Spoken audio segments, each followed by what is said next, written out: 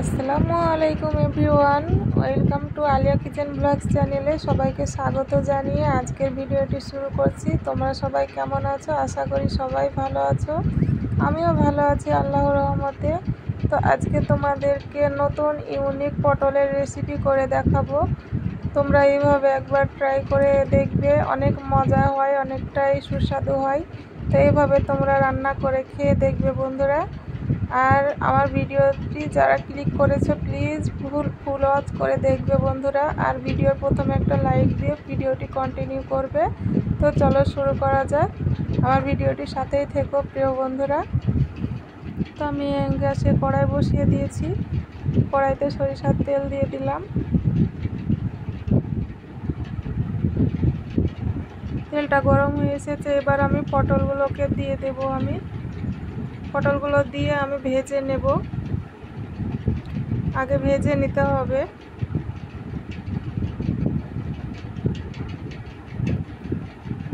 ভালো করে নেড়ে চেড়ে আমি নিচ্ছি।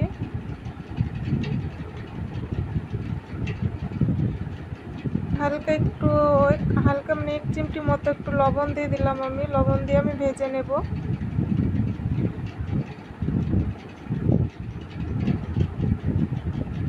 নেড়ে চেড়ে আমি ভেজে নিতে হবে। তোমরা দেখতেই থাকো আমি পটলের রেসিপিটা কিভাবে করছি, তোমরা দেখতেই থাকো।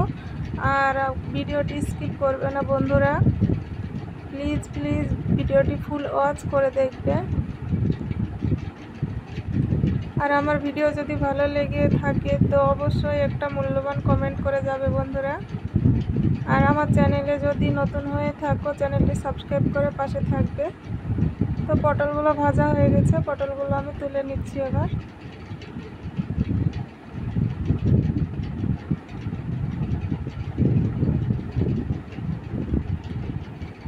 তো আমি আবার সরিষার তেল দিয়ে দিলাম,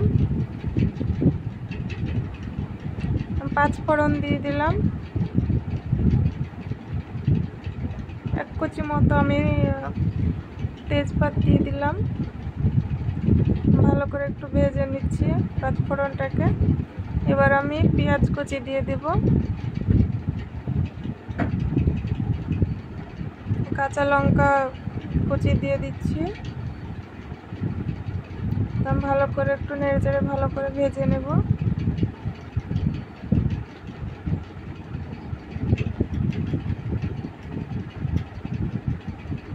তো বন্ধুরা তোমরা এভাবে একবার ট্রাই করো পটলের রেসিপি। পটল ভাজা তো অনেক খেয়েছো, তো এইভাবে তোমরা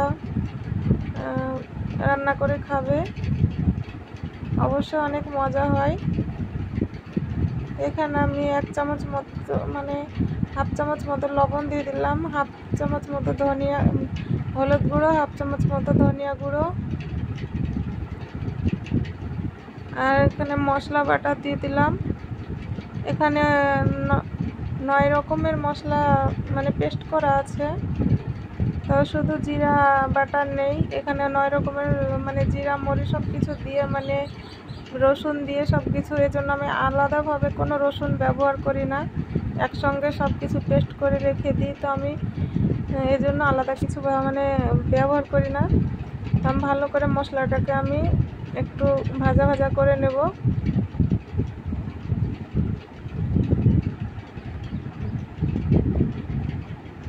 তো আমি এখানে একটা ডিম ভেঙে রেখে দিয়েছিলাম, ডিমটা দিয়ে দিচ্ছি। ডিমটাকে আমি এখানে মানে এক সাইডে মানে করে ভেজে নেব এভাবে।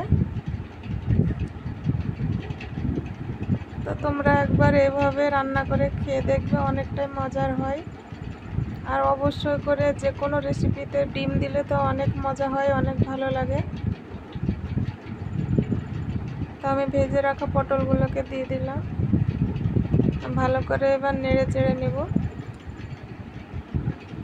তো প্লিজ বন্ধুরা এখনও যারা ভিডিওতে একটা লাইক করোনি প্লিজ একটা লাইক করে দিয়ে ভিডিওটি ফুল ওয়াচ করে দেখবে। আর আমার রেসিপি যদি ভালো লেগে থাকে তো একটা মূল্যবান কমেন্ট করে যাবে প্রিয় বন্ধুরা। আর তোমাদের একটা কমেন্টই আমার অনেক উৎসাহিত জাগায় যে আমার মানে একটা ভিডিও বানানোর জন্য। তো তোমরা একটা কমেন্ট করে যাবে। আমি ঢাকা দিয়ে দিলাম। ঢাকা দিয়ে আমি ঢাকাটা তুলে নিয়ে আমি নেড়ে চেড়ে নিচ্ছি আবার। তো এরকমভাবে পটলের রেসিপি তোমরা ভাত, রুটি, পরোটার সাথে মানে খাবে, সব কিছুতেই অনেক মজা হয়, অনেক ভালো লাগে। তো তোমরা সব মানে পটলের এই রেসিপি করে তোমরা খেতে পারো রুটি, পরোটা, ভাতের সঙ্গে। তো আমি একটু গ্যাসের ফ্লেম হাইতে দিয়ে আমি একটু নেড়ে চেড়ে নিচ্ছি। আর হাফ চামচ মতো আমি ভাজা জিরা গুঁড়া দিয়ে দিলাম।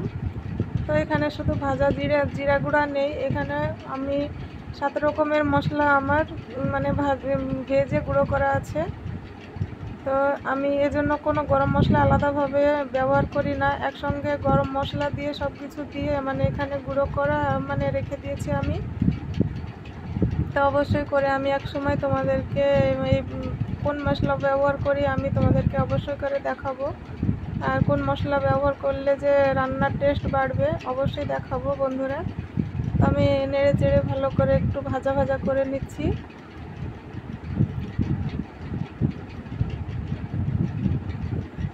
একঘেয়েমি পটলের রেসিপি না খেয়ে তো এইভাবে বানিয়ে নিতে পারো। তো দেখতে পাচ্ছ আমি একটা সার্ভিং প্লেটে তুলে নিয়েছি। তো কতটা ইয়াম্মি হয়েছে, কতটা মজার হয়েছে। তো এই রেসিপি যদি পটলের রেসিপি যদি পরোটা ভাতের সঙ্গে থাকে তো অনেক মজার হয়। তো তোমরা এতক্ষণ ভিডিওর সাথে ছিলে তাদেরকে অসংখ্য ধন্যবাদ প্রিয় বন্ধুরা। আর আমার চ্যানেলটি নতুন হয়ে থাকলে চ্যানেলটি সাবস্ক্রাইব করে পাশে থাকবে। সবাই ভালো থাকবে, সুস্থ থাকবে। আল্লাহ হাফেজ, আসসালামু আলাইকুম।